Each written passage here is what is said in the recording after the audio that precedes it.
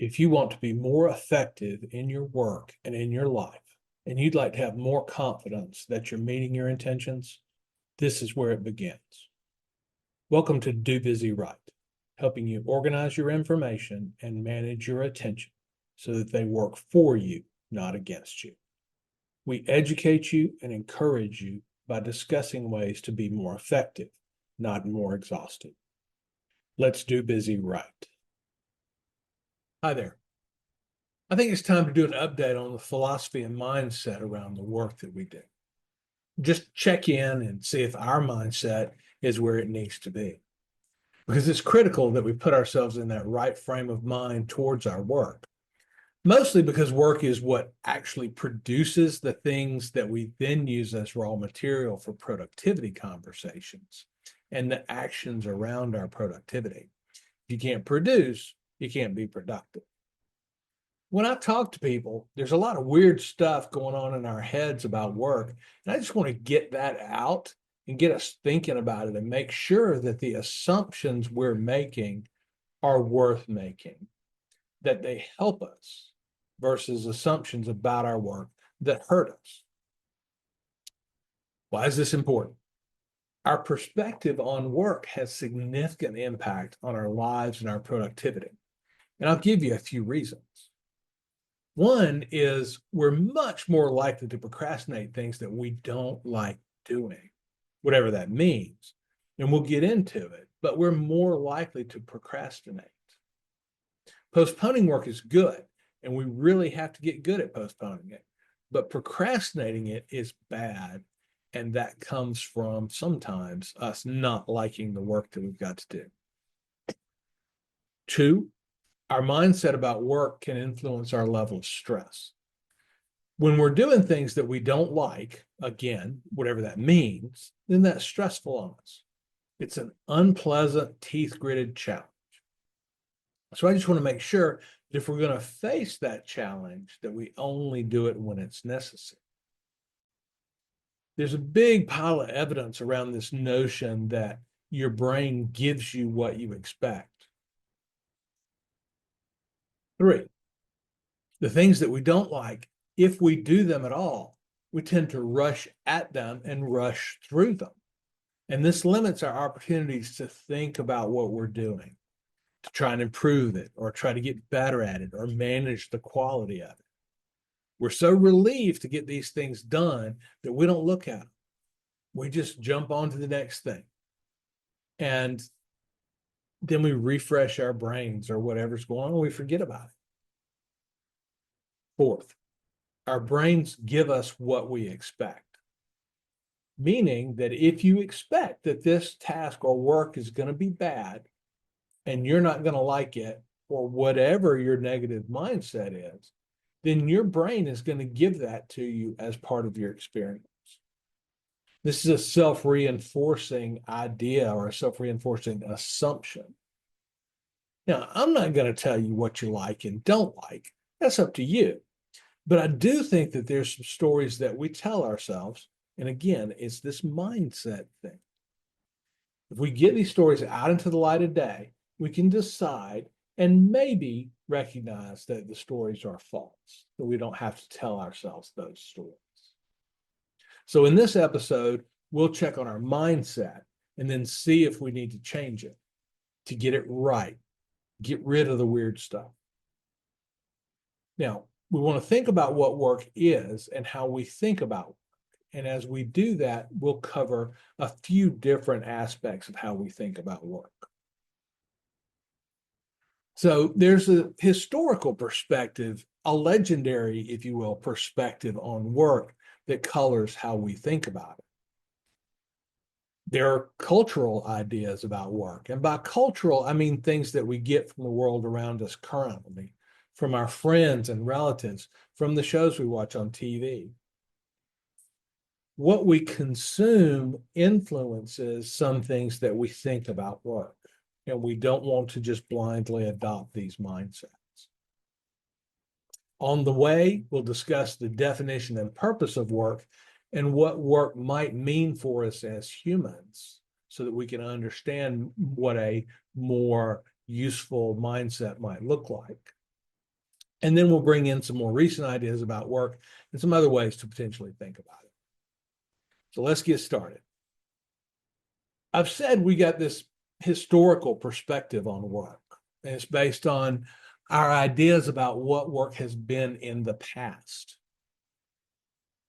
So these mindset ideas, the ways we think about things when we're not really thinking about them on purpose, they're the assumptions that we bring in. As an example, I'm working with a sales coach.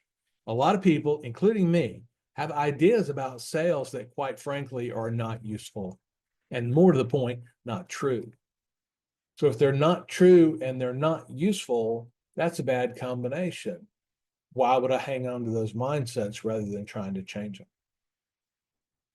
Now, look around in your head as we're thinking about this historical notion of work and see if there's something that needs changing. So we'll start all the way back and we'll look at hunter-gatherer societies. It's interesting because contrary to a typical understanding, the hunter-gatherer societies were not without leisure. They weren't just constantly this hard scrabble existence. There were times when they had the opportunity to sit down and do culture things and learn and sing and talk and those ideas. This mode of living was more successful, I think, than many of us would imagine. Now, it did have a problem. It had a pretty fair dose of feast or famine. And that's one of the cultural pressures that got us moving into agriculture. We collectively said, well, let's take the risk out. And instead of going to forage for berries, let's grow the berries somewhere here where we can keep an eye on them. And then we won't have to go look for them. And we can protect them. And then the same way with animals. Instead of having to go look for animals so that we can have some meat to eat, let's just keep a few around. We'll domesticate them and keep them in a pen over here.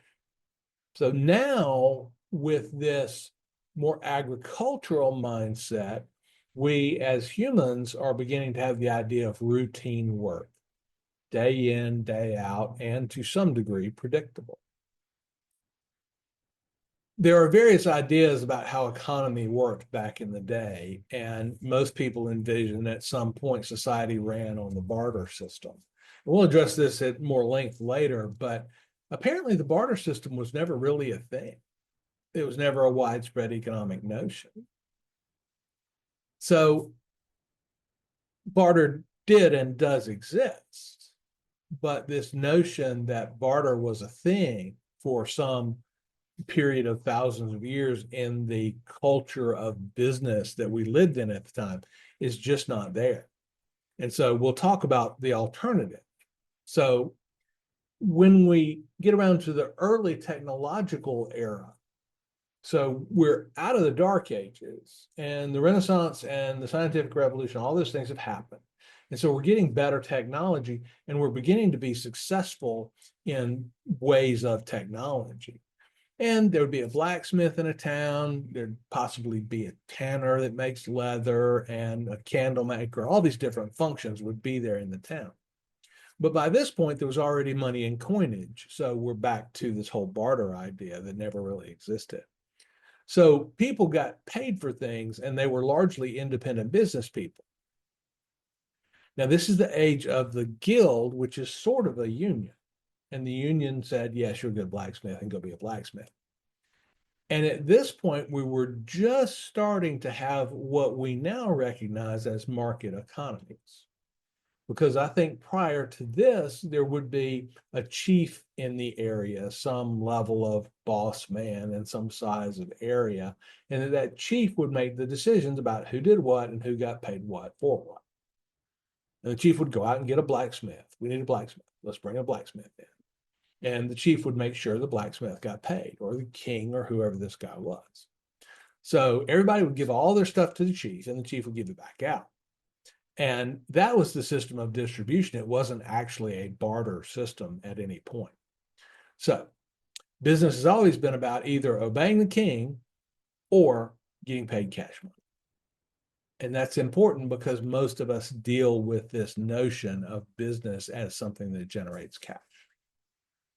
So we went through big agricultural times.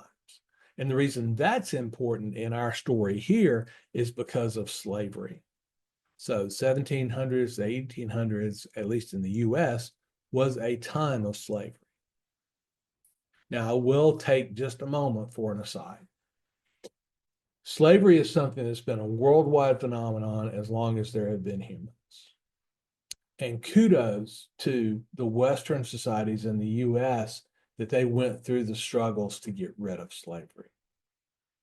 I think it's important that we know that every culture at one point or another, and maybe currently, has some slavery to it.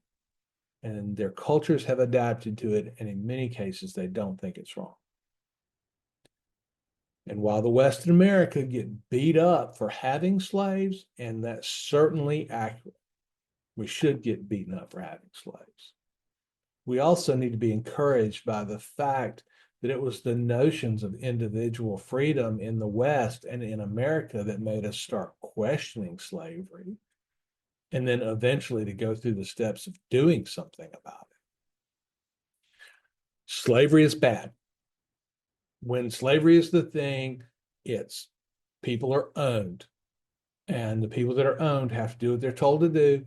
They don't get paid. They don't have any freedom about what to do. They don't have any freedom about where they do it. They don't have personal property, none of this stuff.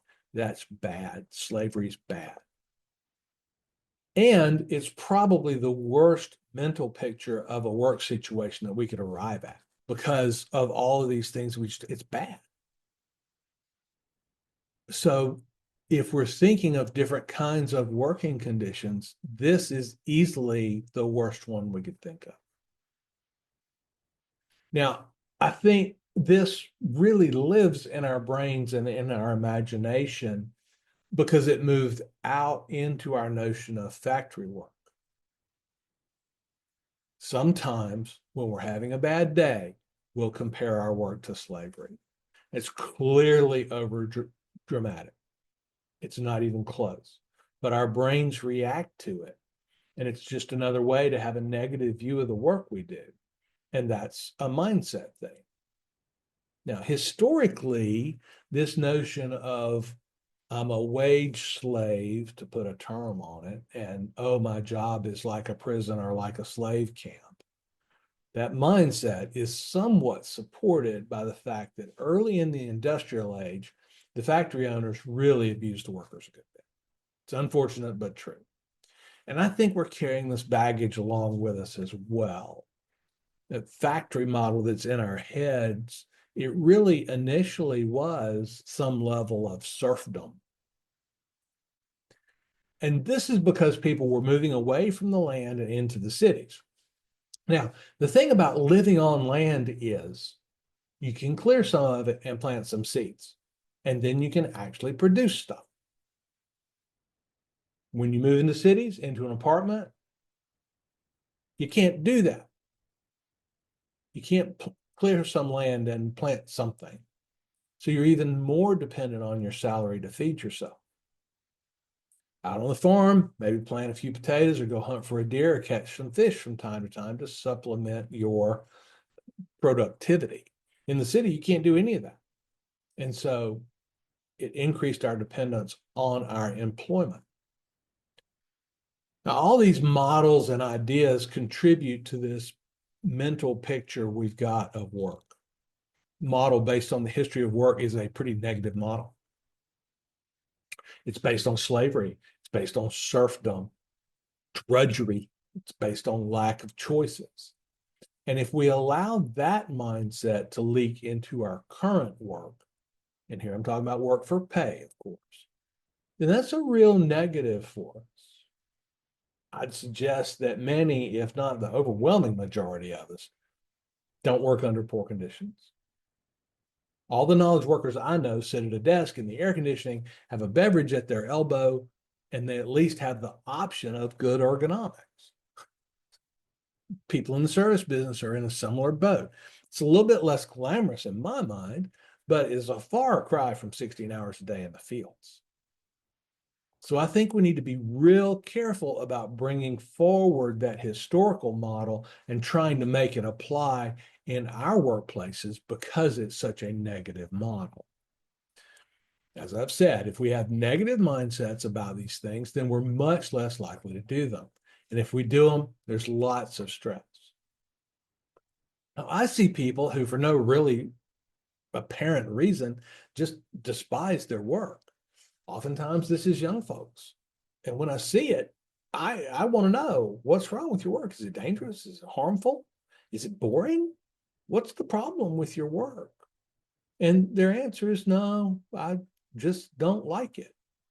And I'm a little persistent. So I go, well, what don't you like about it? And eventually we'll get around to this. Well, I don't like the idea that work is a thing. I don't like getting told what to do. I don't like having to go somewhere where I don't want to be. It's all just bad. I don't want to do it. And I can sort of understand that, but that mindset is harmful in ways that we've talked about. And my point here is that the historical and in many ways the cultural view of work is based on this history, this sweep of work, that it's dirty, hard slavery, and all the other sorts of things that we've learned to associate with a bad thing. Work is a bad thing. My daughter works in a bank. She gets to wear decent clothes, comfortable shoes. She sits in a chair a good bit of the day. She interacts with people. She has coworkers that are nice people. Office is air conditioned.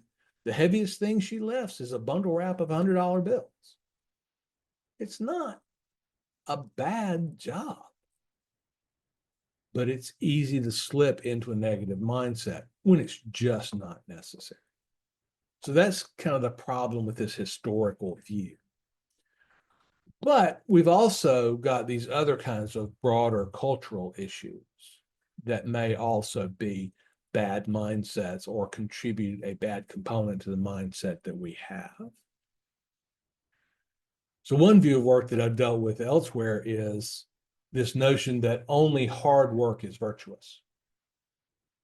Now, I will say, like most things, it's not without its grain of truth. I think we admire people that really put their guts into what they're doing and really put forth that effort. We marvel at their stubbornness and their willpower. I think it's great in some areas. I have a buddy who just ran the World Marathon Challenge. If you don't know what that is, he ran 7 marathons on 7 continents in 7 days. And I mean 168 hours.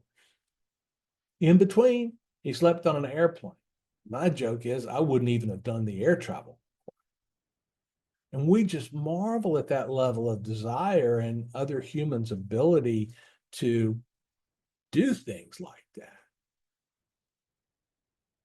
Now, this notion of virtue and work is a little bit hard to put your finger on.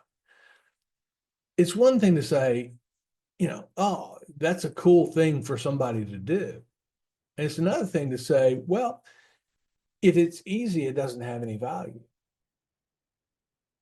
So let's be careful there. The image here that I'm trying to convey is there's a commercial from decades ago where a lady was in the kitchen and she was reading a book sitting at the kitchen table. And the timer went off.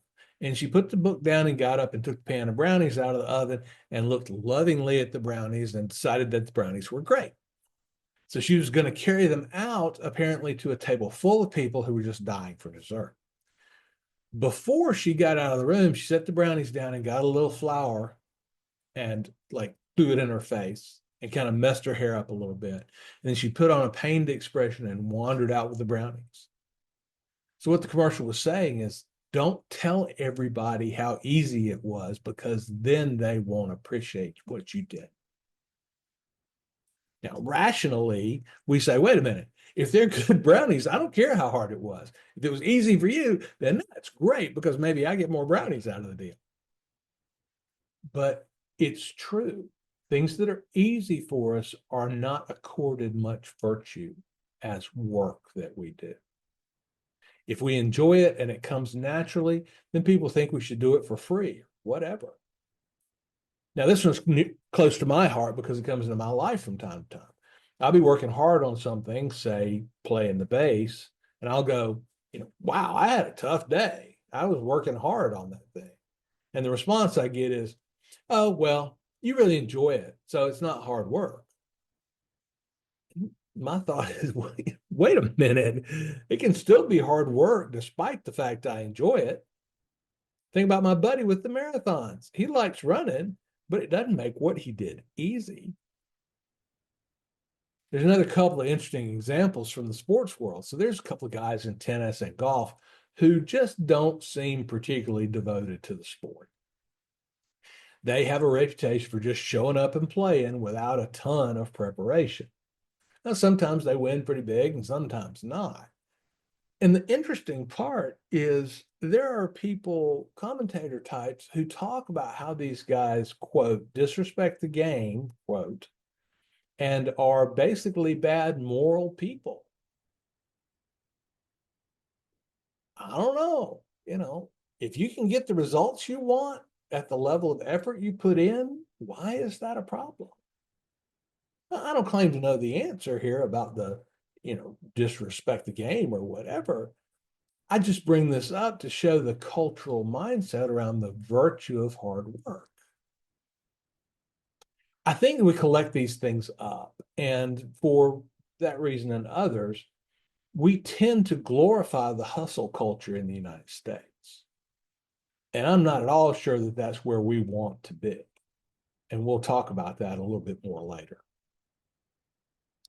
Now, if you've taken a good look at your work content and you've decided that the content of your job is something you just don't like, whatever that means for you, then that's fine.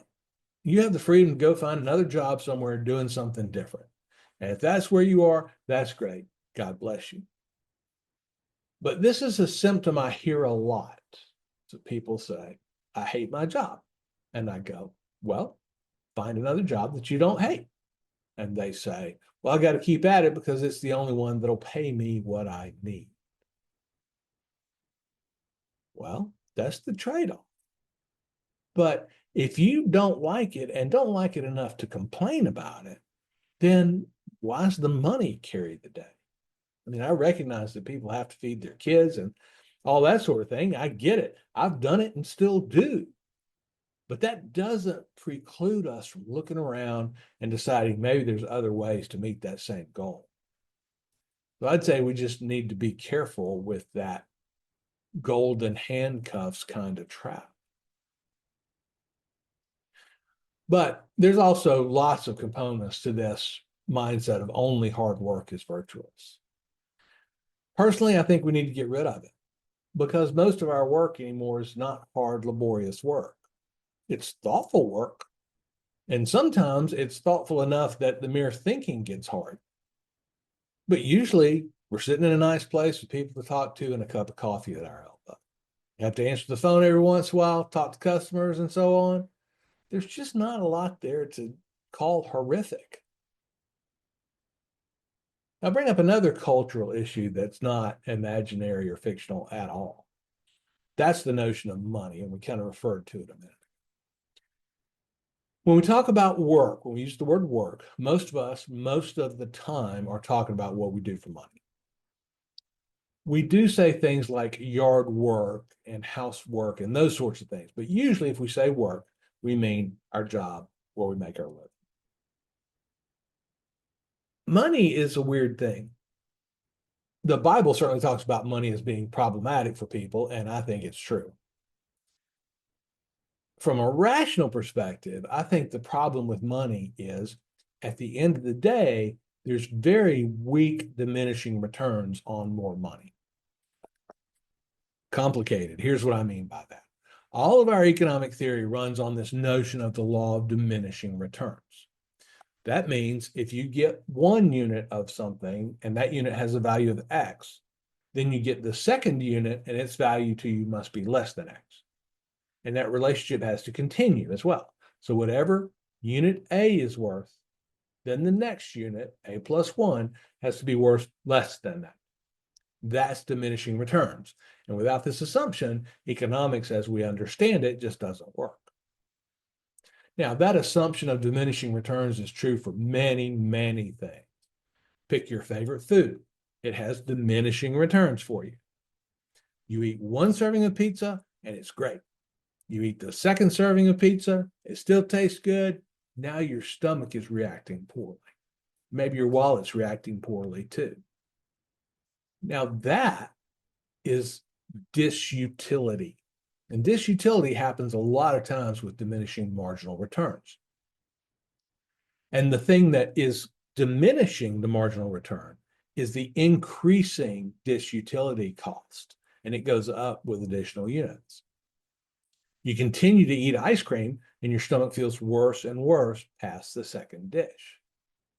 And that's this increasing disutility of more consumption. And that's really one of the things that drives this notion of diminishing marginal returns, that disutility. Well, in the modern economy, there is not much disutility to having cash. I mean, it's just a number in a bank somewhere, right? It's just as easy to manage a 6-digit number as it is to manage a 4-digit number. And so this disutility is not really there. So I'd really question whether there is diminishing marginal returns on additional units of cash. And I'm sure there's debates about this in economic circles. But here's the problem. If work produces cash and there's not diminishing marginal returns on cash, then that may limit the diminishing marginal returns on work. So all other things being equal, this would tend to put us in an overworked situation. We work more than we want to because we're collecting more cash than we need to, because there's not any disutility in having too much cash. Now, that's a problem because in my mind, that's where the work-life balance problem comes from. We think, well, I got to make more money. And we think that because we live in this consumerist culture. I got to have cash to spend to keep up with everybody else. I'm going to look bad. Well, I understand it's a very challenging question. It's not simple to answer. I get it. It's hard to say, nope, I've got enough money when an additional hour of work probably gets you more. I alluded to this a little earlier. We also have this hustle culture. I think part of it's okay, and that's the part where we admire people who put forth this effort. We just do. I think it's good. I think there's some other things, like the virtue of hard work that we talked about earlier, that also contributes to the hustle culture. And certainly the money problem, the cash problem that we just talked about, contributes to the hustle culture. And the hustle culture is just, it's built up in society. When I was a young man, we had Pete Rose playing baseball, and his nickname was Charlie Hustle, because he was never the most skilled or talented dude. He's always the one that was given this top-notch effort, apparently. And that's why we loved him until he got sideways with a little gambling. We do. We hustle. Oh, I'm a 110% guy. I'm going to give it my all. You know, the slogan from the car company, we're number 2, so we work harder. We're going to bust our guts to serve our customers, whatever that kind of thinking is. Now, the trick is, at the end of the day, I don't know that hustle in and of itself has all that much value. I mean, look at the other things that we do. Now, this is going to lead somewhere in a section or two, so just bear with me here. You don't want to cook a steak 110%. You don't want to say, I'm going to put 110% effort on the steak. I wouldn't do that, because that turns a nice medium rare into a not so nice medium well. So the right amount of work is the right amount of work. The old mechanics phrase is tight's tight, but too tight's broke. And that means when you tighten a bolt until it's tight and it won't come loose. But if you put too much torque on it, something's going to break. You probably have a pickle jar problem in your refrigerator. Depending on who puts the lid on, it might be more or less hard to get it off. Now, the other thing about the hustle culture is the culture wants us to be competitive with each other. I don't think there's anything wrong with competitiveness. Much like anything else, it occasionally gets out of hand. But the notion of, I want to compete, we'll figure out who does this thing better. I don't think there's anything wrong with that. But when we compete with each other for status and those kinds of things, just to serve the culture, I think that's when we need to be real careful. So all of these things pile up together for this cultural notion of work. Hustle culture, 110%, this whole money thing that circles around. All this is this cultural notion about work. And it helps us or causes us to form our mindset. And that's what we're evaluating as our mindset. How many of the things that we talked about are true in your life versus how many of them are just assumptions that we make because this is what we're fed by the culture. Now we'll talk about some other things now. I've mentioned this before. All these things together lead to this notion of work-life balance. Work-life balance is a challenge. And when we turn it loose, all work becomes a challenge to all life. And then we get into this mindset where, work's bad, and that has all these negative consequences that we talked about in the opening. So let's get that mindset out and take a look at it. Now, we'll take just a little bit of an aside here for a minute to talk about the relationship between work and human beings. That is our nature as these human critters that we are. On the one hand, we have this idea that work is, by definition, a bad thing in our lives. On the other hand, we are actually working critters, human people. We fiddle with things. We want to craft, we want to build, we want to make an environment for ourselves. And we talk about squirrels running around busy all the time. Well, human beings are every bit as bad. And it's what we do. We're goal seeking, humans are, meaning that we look at a situation and we go, well, what about that situation? I want a result here. We can't stop it. It's just our nature. Do we want more of something? Do we want better? Oftentimes it's just different. Oftentimes it's just novelty. Sometimes we look at a mountain and say, well, I bet I could climb that mountain just to see. We do it. All the hobbies. Somebody said, well, this whole surfboard thing, it looks like fun. Let me just get on there. Now, I recognize it was probably a form of travel, but we humans say, oh, there's waves. Let's go surf. Or, hey, there's a hill with snow on it. Let's ski down it. And people are like that. We just want those experiences and we want to do stuff. We can't avoid it. But part of it is our imagination, and this is our unbelievable ability to look at a situation and to draw a mental picture of a different situation and then make a comparison between the two and decide that the one that we're imagining is better than the one in reality. I mean, that's just a fabulous skill set that we can do that. But because of human nature, it's hard to envision a better situation, but not work to enact it. Therefore, we like problem solving and imagination. My life could be different and better. Okay, well, here we go. I'm going to improve my situation. Wow, it's cold in here. What can I do about it being cold in here? Well, I'm going to solve my problem. Let me imagine what could be done. And we imagine something and then we try to make it a reality. That's our nature as humans. Another indication that work is our nature as humans is a consistent human reaction to boredom. We fear boredom, particularly in the modern age.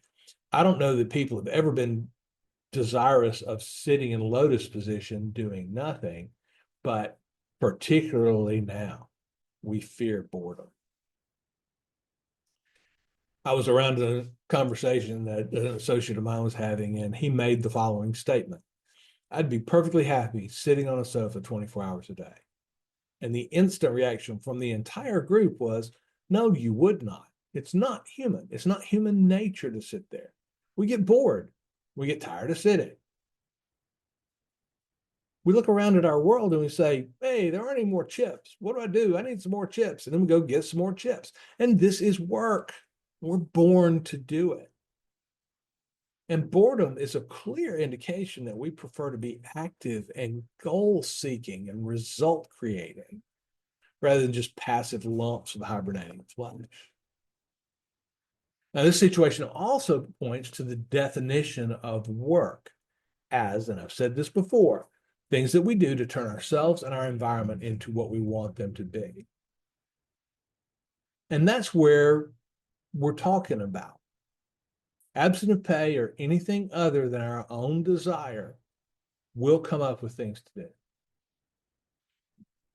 Another example is, how do you think all those different games were invented? Well, we got bored.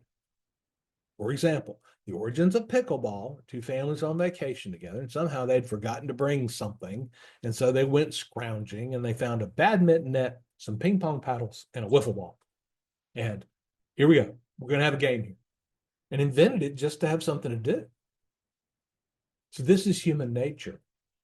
We want to do things in the world, and we're good at it. So we do it. As humans, we have skills and talents and ways of viewing the world that indicate to us that there are certain ways that we can improve the world that we find. Now, if we can do that for enough people, then we can make a living off of that. So I think it's important that we embrace this as part of what we do, and we get rid of the idea that all work is this wage slavery and drudgery.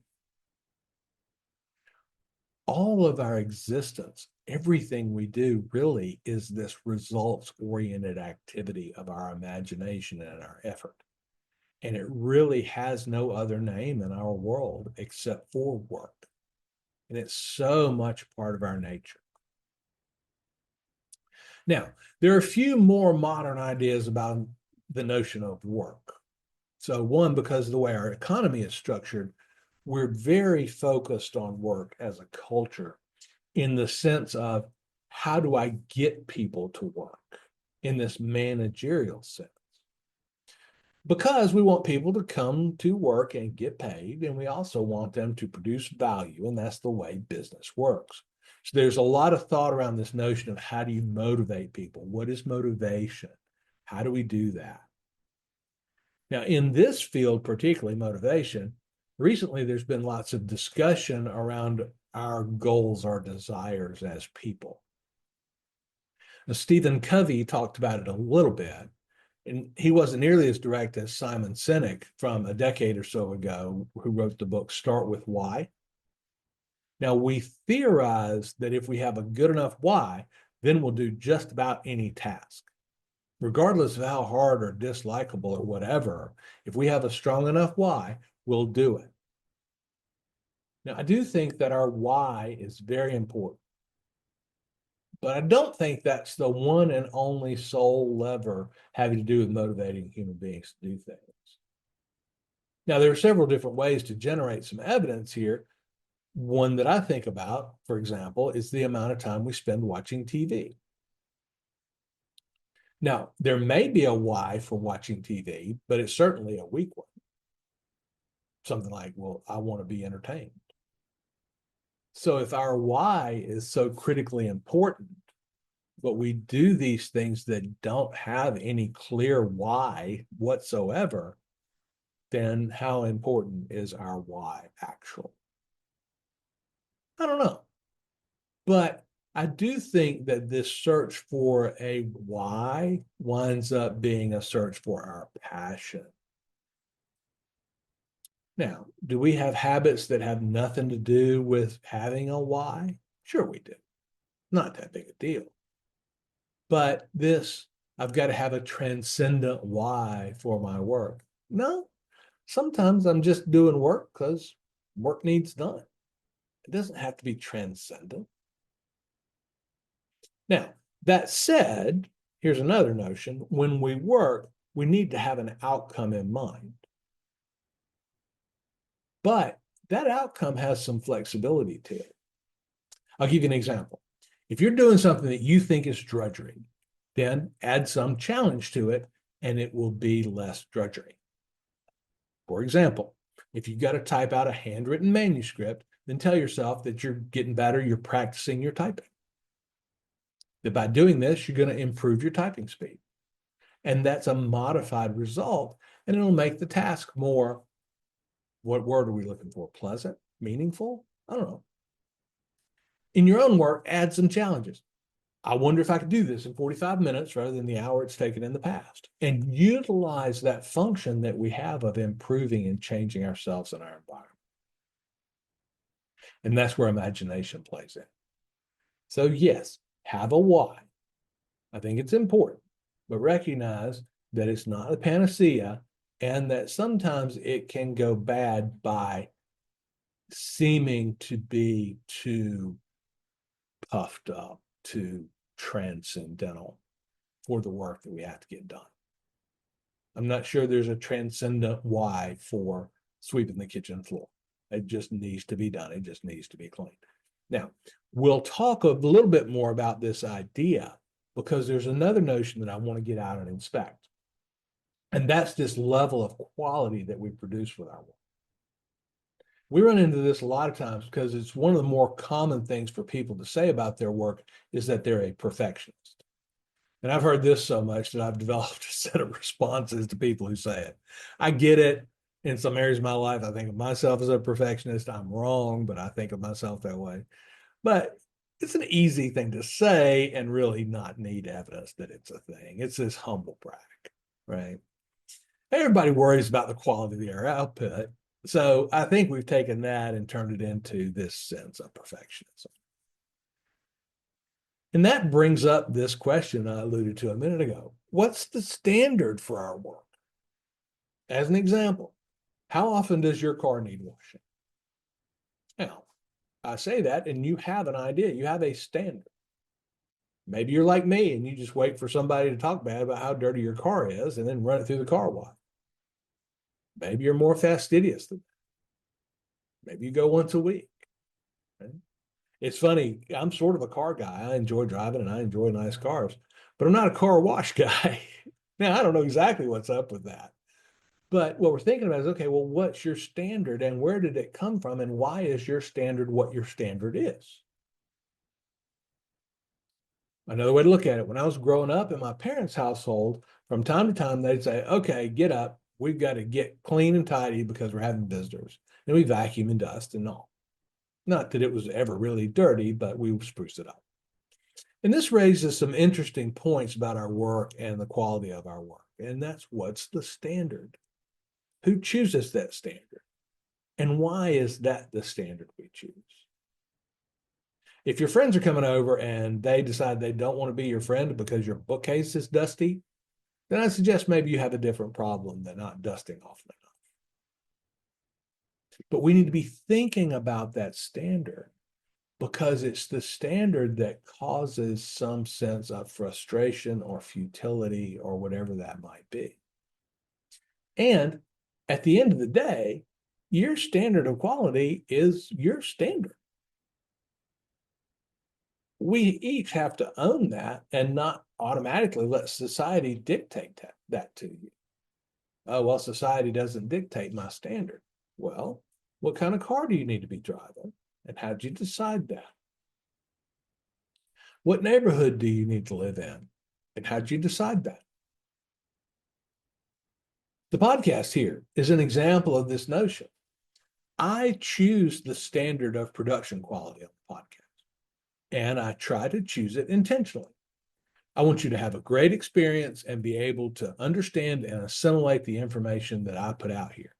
The question I face is adding a whole bunch of audio artistry going to help you understand better? I don't know. Can you hear what I'm saying? If so, the rest is up to my word choice. And am I conveying the idea well? I'm recording this on a hand-me-down lavalier mic that's on a plastic stand on my desk. I don't have a Yeti Blue or whatever $250 microphone. Do I need one? Maybe. Is it going to increase the value of my output? I don't know. You'll have to be the judge of that, and I hope you'll tell me.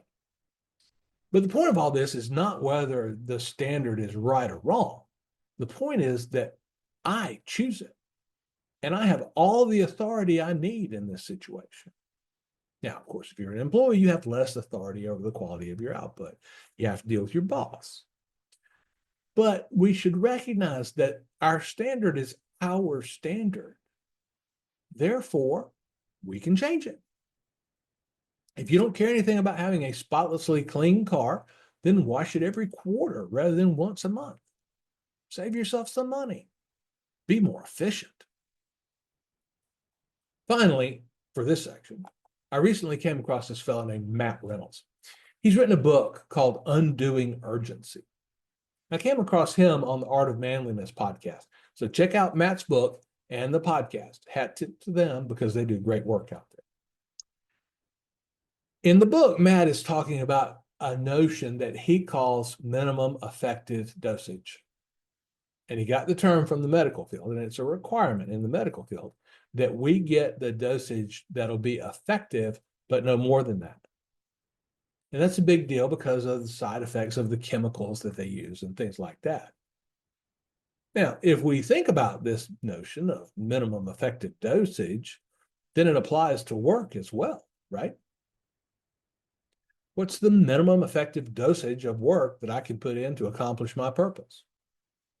Now, it's interesting because when I say that, various ideas might spring to your mind about being lazy, and that's not the American way. But that's what I mean when I talk about these cultural ideas. I mean, honestly, if you handle the biscuits too much, you get tough biscuits. If you cook the burgers too long, you get burnt burgers. You over tighten the bolt and you break the wrench or the bolt or both. Many things in our lives that work this way. So, embrace that and think about this minimum effective dose. Let's think more about how can I be efficient here with my effort and my time? How much work will this require? Okay, let's sum up. Lots of information. What do we do about it? What's the action? What's the takeaway? I'd say we individually want to have a close look at our mindset and see if we're adopting ideas from people that, quite frankly, we don't need to be adopting ideas from. Can we change our own definition of work such that we don't face the work-life balance problem? If so, we simply face a trade-off about what we're going to work on and for. If it's dollars versus relationship, that's fine, but at least it's a choice we make with our eyes open. Another question, who sets the standard for quality in the work that we do? Most people's idea of cleaning their house is based on their upbringing. Are you adopting that standard for the right reasons? Or should you have a different standard? So that's something worth thinking about. And among all these things, I think we need to think about this notion of the minimum effective dose. So I would suggest that we develop a mindset about work that serves us and thus allows us to be effective, that allows us to lower our stress to an appropriate level, and that allows us to balance the different aspects of our world and our efforts. Yes, it's important to have money and have a bank account. Absolutely. It's important to have good relationships. We've got to make those trade-offs with our eyes open. Maybe we can step back and say, oh, work doesn't have to be sweaty to be virtuous. And I don't have to claim to be a perfectionist all the time. And what is this notion of minimum effective dose of effort? And answering those questions and building them into our mindset around work. Maybe, just maybe, we should be reframing the notion of lazy. Picking the easy way to do something is not lazy any more than picking the shortest route to the grocery store is lazy. Picking the easy way, the shortest route, is efficient. And we need to think about it that way. So, all this. Today we talked about productivity and efficiency by taking a look at our mindset around work and choosing where we are rather than just adopting what we've been fed by the culture. Choosing our mindset around work. And I've given you plenty of things to think about and questions to tune up your own mindset around work. So I'd love to talk with you more about some of this. Certainly, if you're interested in what's going on with your own level of productivity, love to talk with you about that. If you got stress around your task list, if you got a lot of overwork kinds of problems, I'd love to put some tools in your hands that allow you to manage your situation without all of that stress and worry. We can sit down for an hour and talk about what's going on in your world, what's available in mine, and figure out if we want to work together. If we decide it's no, we can still be friends. That's okay. So if you'd like to do that, reach out to me. I'm not hard to find on LinkedIn. Just search. Love to have a connection with you there. If you do that, please mention the podcast in your connection. Or shoot me an email, Larry@DoBusyRight. I'd love to hear from you. Let's sit down and talk about whatever you've got going on. If you want to tell me I need a more expensive microphone, that would be a great way to do it. And we'll spend an hour, and I think that'll be valuable to you as you try and manage your tasks and attention. I think it'll help you do busy right. I'll leave it there for now. This is Larry Tribble, Ph.D. Thanks for taking some time to improve your task and information management on the Do Busy Right podcast. The show is dedicated to helping you think about how to get better at working.